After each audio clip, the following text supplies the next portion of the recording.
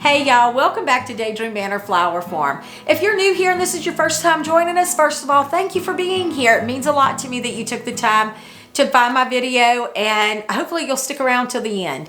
My name is Dawn. I live in Zone 9 now. I am in South Louisiana. I am in my 6th season of growing flowers. I work full-time off the farm, and I just share my successes and mistakes here, and hopefully you can relate because it is about farming over 50. I talk about all the aches and pains, so thank you for being here. So let's just jump in. All right. Okay, first of all, I'm inside. I was going to film outside, but Mr. Daydream is actually working on a project outside. He's welding. He has his radio cranked up, so you wouldn't have been able to hear me over his music anyway. So you may hear that in the background from time to time as I'm talking. But it's cooler in here anyway, because y'all, it's the 1st of May and it's freaking 90 degrees outside with 92% humidity. It's going to be a long summer. Again, we always say that. Why do we live here? So anyway, let me catch y'all up on what's been happening, because it's been a little bit eventful since I got back from my business trip.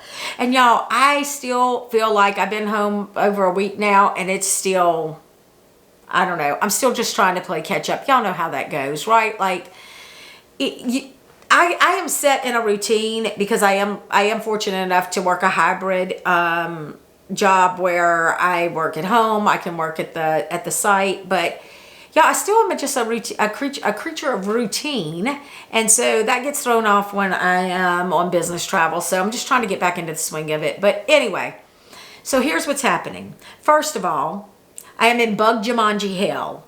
I don't even know how else to say it. Somebody actually put that, commented on one of my Instagram reels and said that, and I'm like, oh my God, I'm so using that.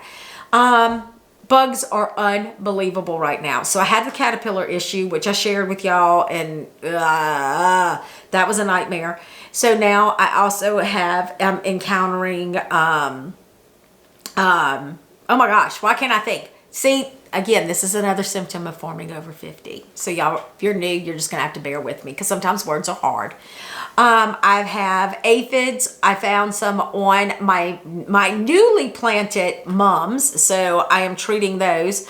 I have found some beetles, and not the good kind, and fire ants. Y'all, the fire ants here are so bad. I don't know if y'all have fire ants where you are, but Jesus, oh my gosh, they are just horrible. So right now I am using some Captain Jack's dead bug. I am trying to treat with it. I did some DB on, not DB, what am I saying? That's not even a thing. Dipole dust is what I meant to say. I'm doing that on the caterpillar issue. So y'all, and then I just saw on the news that the cicadas are going to be bad because yeah, of course. And right now, so for a couple of days in the month of March, we have termites that swarm, and they're like so thick, like the ground just looks like they're alive at night when you just have an outside light on. So it is truly bug Jumanji hell right now. Y'all, this is just gonna be a rough summer. I just feel it in my bones that are currently aching because I had to do some work and I had to go pull weeds out of the high tunnel, but that has happened. Good news. Well, good news, bad news, some news. Okay. So I just got my first subscription delivery done. I maxed out at I was looking to do 20 subscriptions this go round. And I did sell out, so I'm very thankful for that. But let me tell you what happened prior to that.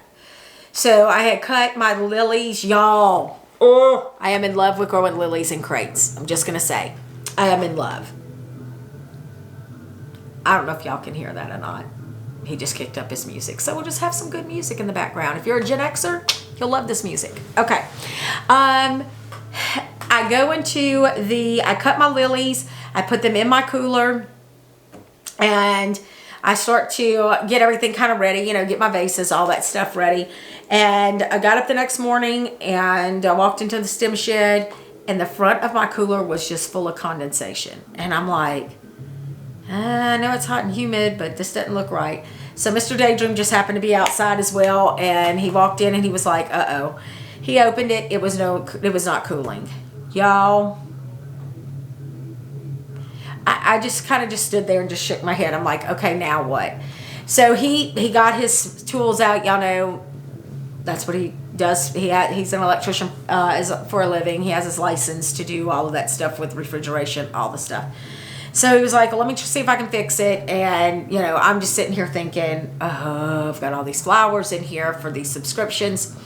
So he tried to do some things with it. He was like, I don't know if I'm going to get it fixed. Now, this cooler was gifted to me. It's a used cooler, so I'm not complaining. I really can't complain, y'all. So I'm like, well, what am I going to do? Well, it had just so happened, like a month ago, we saw at Costco, there was an upright convertible freezer that was made for garages. And so, because y'all know down here, I don't know how it is anywhere else, but I will tell you, probably everyone I know in South Louisiana, everyone has a fridge outside. We call it the beer fridge. That's who we are. And so we didn't buy it, but he was like, look, we're just going to have to go get it. So, of course, I have to call Costco because for whatever reason, they don't put it on their app if it's in the store. I don't know. It was like super aggravating. And so I was on hold with them, and then I just was like, let me see if Home Depot, Lowe's, anybody else has it. Sure enough, Lowe's had one. So we leave, we go to Lowe's, and y'all know what I'm thinking the whole time? This is my drip irrigation money right here, going to a cooler. Because, again, y'all, I'm on a budget. I try not to use my income from my job that pays all the bills, or pays the bills. Not all of them. Mr. Daydream works too. But we keep that money separate. Like, I operate the flower farm off of money that I earn from my flowers. And all I kept thinking was, crap. Because I've been trying to build up this year. The goal is to get the drip irrigation. So we go, we get the cooler, we bring it home, walk into the stem shed, and I be damn. Darn. Sorry. What's working? The cooler is working. So Mr. Daydream thinks something had gotten caught in the line and it got blown out. Whatever. So now I've got this $800 freaking cooler sitting in the middle of the stem shed, and I'm just looking at it because it's still in the box. I don't know if I'm going to return it or not, because here now I'm a little gun shy, because what happens if that one doesn't start working and stops working? And then what? I mean, I could have called another flower farmer and went and put some flowers in her cooler, but I mean, y'all gotta be sufficient. I gotta be self-sufficient here. And then it's like, okay, now I don't have anywhere to put it. So yeah, I am like, I'm just staring at it right now. Got a few more days before I need to make a decision. So I'm just staring at it, trying to decide if miraculously there will be another space to put it, or do I go take it back? So I don't know. We'll see. To be continued. But all of that to say, deliveries for my bouquet subscriptions went off without a hitch. It was so nice. Y'all, that is the one thing, I have said that before. A lot of people don't like doing deliveries. I factor that into the cost of my bouquets. Y'all, that brings me so much joy. I saw several people, I normally just drop them and go. But because it's usually early in the morning when I go. But because we were running behind because of all of this commotion, it was a little bit later, so people were up, and I got to see them, and I got to see them actually see their bouquet for the first time. That brings me such joy. I don't even know, I just can't even explain it. It makes me so happy. And I know, look, and again, deliveries aren't for everyone, but it is something I truly enjoy.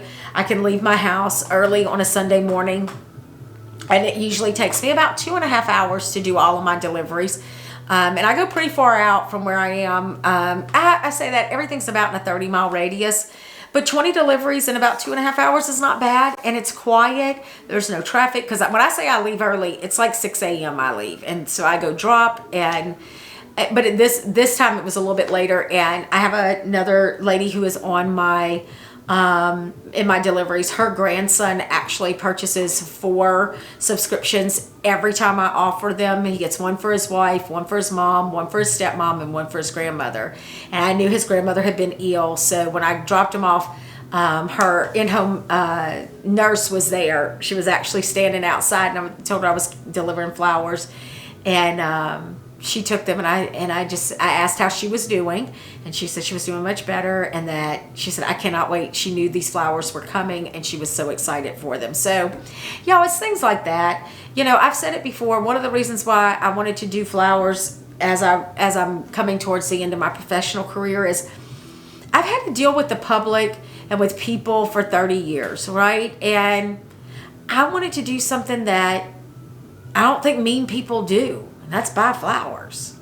I don't want to deal with mean people, and I want to see the joy and the happiness that people get when they receive flowers. So that for me is always fun, and it does take time. I'm not gonna lie, it does take time when I could be doing something else, but I like the payoff. So all that, got that done. Now I am really reconsidering how I'm going to do my flowers come the fall. I'll talk more about that in another video because I still am trying to wrap my head around it, but I had a few moments this morning when I was out in the high tunnel because y'all, things are looking fantastic in there. That Lysianthus is really starting to look great. We'll see about the dahlias. I don't know. I've heard so many mixed reviews about dahlias and high tunnels and outside and all of that, so I don't know. Same thing with the mums. The lilies did amazing in there. I kept the crates in there, and that's where I grew those. So those looked fantastic. Let me tell you what else happened. So my next subscription is in 2 weeks, and I had timed it out because I want that one to be full of sunflowers. Ask me about the sunflowers. So I decided that I would not do sunflowers in my raised beds out in the where all my raised beds are, and I just did that little trial in the high tunnel. I don't want to waste. I really don't want to use that real estate for sunflowers because sunflowers are pretty resilient, but they bloomed beautifully. Yeah, I'll come back to that. Okay. And I was able to harvest those and get some into the bouquets with the lilies, and they were beautiful. So I put the sunflowers over here in the old field with the vegetables. Had probably over 200 of them. Yeah. They just got decapitated. Yeah, deer came through and just had a good old time. Ate every last one of them. So I'm so disgusted and disappointed and mad at myself because I said if we put them over there, we probably need to fence it in, and we just haven't gotten to it. And so it was a gamble. I lost. The deer won. But then I noticed over here under the high tunnel, I keep the sides up because it stays hot. There was a hoof print in the in where the sunflowers were. I had one left standing. It didn't eat it, but there's a hoof print, so we're gonna fence that in. I mean, we're just going to be covered in snow fencing around here, but I mean, it's the cost of doing business. So I'm so disappointed for in the next 2 weeks for my next bouquet subscription to go out because I really wanted sunflowers. However, I am going to reach out to one of my flower farmer friends and see if they have some they want to sell. So we'll see. Y'all, it has just been, this has been a trying year so far. I mean, my cool flowers really didn't do a whole lot, so that was another reason why I'm thinking of a new plan. I'm going to try to map that out before my next video, and I'll share it with you all, because I'd like to hear what you think about it. So, boutique is moving along. Sales are a little slow, but we'll see. Hopefully they'll pick up in the next week or so. Got a lot going on with, we got nurses appreciation, teacher appreciation, Mother's Day, all those fun things. So hopefully I'll get some more sales there. I am going to do, so here's another revenue stream that I'm going to do at the boutique. I'm going to do a succulent pop-up bar. So I'm going to try to get some pictures because I want to share that with you all. I do order in succulents, and I get them in the smallest I can get them, and then I just continue to grow them out here. So I think that's going to be fun. I've got everything hammered out for that. So that is in a few days, but y'all, again, just juggling this year work and the farm has been trying. I leave again for a week.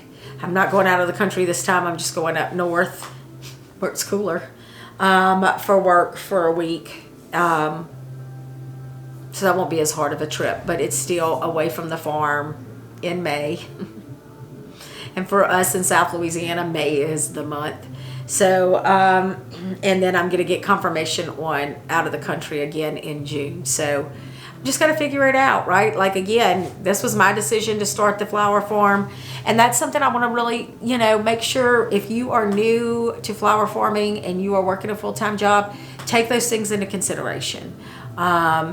You know, when I travel, I try not to have any seeds that Mr. Daydream has to deal with because he works. So, you know, I've got to get drip irrigation, hopefully. I may have to end up just, if I don't return this cooler, I'm just going to have to dig deeper and get the drip irrigation. I've got to get that set up while I'm gone. So you got to take all of these things into consideration. And I will tell you, when I first started the flower farm, I did not take any of that into consideration. And then I'm trucking along, and then COVID, and everybody's at home, so it was easier. And then now, you know, here we are several years later, and my role at my job is changing. It's evolving into this other thing. And so just got to make it happen. I will tell you, the other afternoon, after I made my deliveries, it all just caught up with me. I was supposed to go, I had another group thing I was supposed to go do. I sat down on my couch, and y'all, I just out.